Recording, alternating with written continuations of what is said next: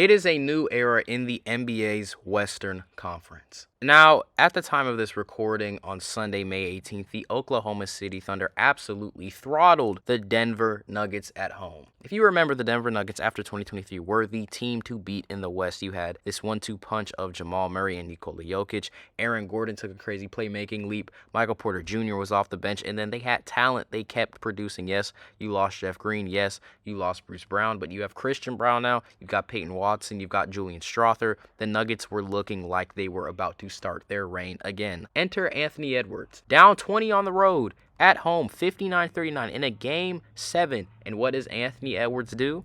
He makes the comeback. Karl-Anthony Towns played great in that game. Rudy Gobert stepped back. This is when I knew the game was over, when I saw this shot go in. That's 2024. 2025, we got the Oklahoma City Thunder being the 1 seed in the West, the team to beat, but they were also the 1 seed last year when the Dallas Mavericks knocked them out, so people weren't too sold on the Oklahoma City Thunder. Well, this is the second time in 2 years back-to-back where Nikola Jokic has been absolutely throttled in Game 7s. Is this entirely on him? No. Jamal Murray didn't show up. Aaron Gordon was playing on one leg. Michael Porter Jr. had one working shoulder. I'm not going to put this all on Nikola Jokic, but still the defense of Alex Caruso and the working scheme. We've seen this time and time again with Jokic. When you throw multiple bigs on him or multiple players that can get feisty with their hands, that can make things uncomfortable for him, he doesn't necessarily know what to do. That is something he's going to have to work on in the offseason. But we really saw this stemming from the Minnesota Timberwolves series where you had Naz Reid, Karl-Anthony Towns, and Rudy Gobert all switching on Nikola Jokic, making things uncomfortable. We saw the Los Angeles Lakers do it with Vanderbilt, Dorian Finney-Smith,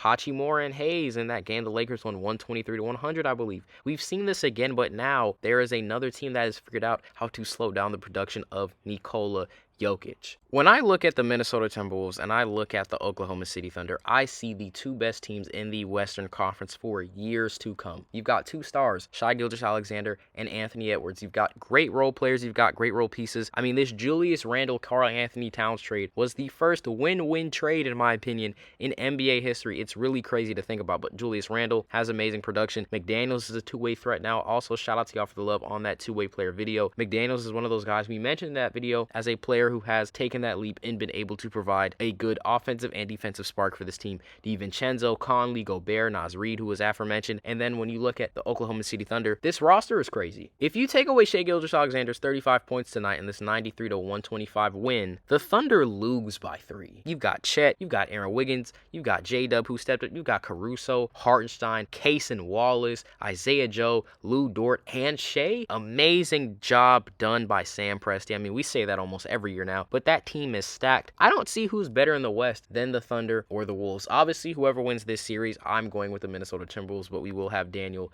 breaking down the conference finals later this week on the channel, so look forward to that. But I do think that these are the best two teams for years to come. The Clippers are older. The Lakers can make moves, but LeBron is aging. Luka still has to get back into rhythm and also in shape. I think Luka has to get back to the shape he was in 2022 in order for the Lakers to really be a championship threat because he has slowed down. His legs have gone through a couple injuries, etc. Like I said, the Clippers are old. The Warriors, there's not really much you can do. Obviously, you can get Giannis, but that means your future is screwed. If the Spurs get Giannis, though, then we can have a conversation, especially if somehow you keep Stephon Castle. The Mavericks might get Cooper Flag, but still, that is very touch and go. You've got Kyrie, Clay, AD, Flag, you've got Gafford, but some of those guys might also be leaving in free agency. It depends really on what the Mavericks do and how they're able to develop guys like Jalen Hardy, Cooper Flag, etc. over the course of the next years, and Max Christie as well. Then you've got teams like the Kings. I don't know what the Kings are doing, man. They're like, we get DeMar DeRozan, we get Zach LaVine, we're going to trade DeMar DeRozan, maybe keep Zach LaVine. I'm very confused what the Sacramento Kings are doing. And then you have the Memphis Grizzlies, who, in my opinion, just needs to blow it up. And there will be a different video on the channel about that probably this week. But I just don't see Memphis as currently constructed being a winning roster.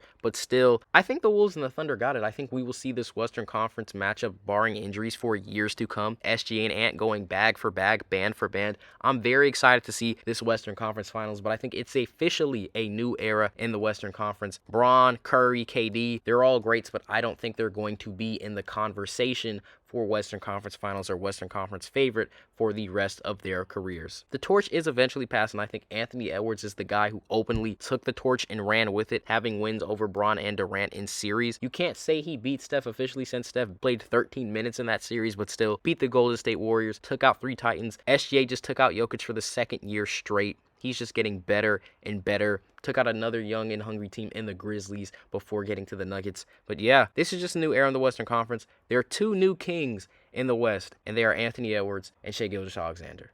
With that being said, though, guys, that is going to do it for us today. We got to highlight when the league is shifting. We talked about it earlier this week on the channel with two-way players. Now we got to talk about it with the two titans in the Western Conference, the Minnesota Timberwolves and the Oklahoma City Thunder. As always, if you enjoyed the content, make sure to like, comment, share, and subscribe, and we will see you all in the next one.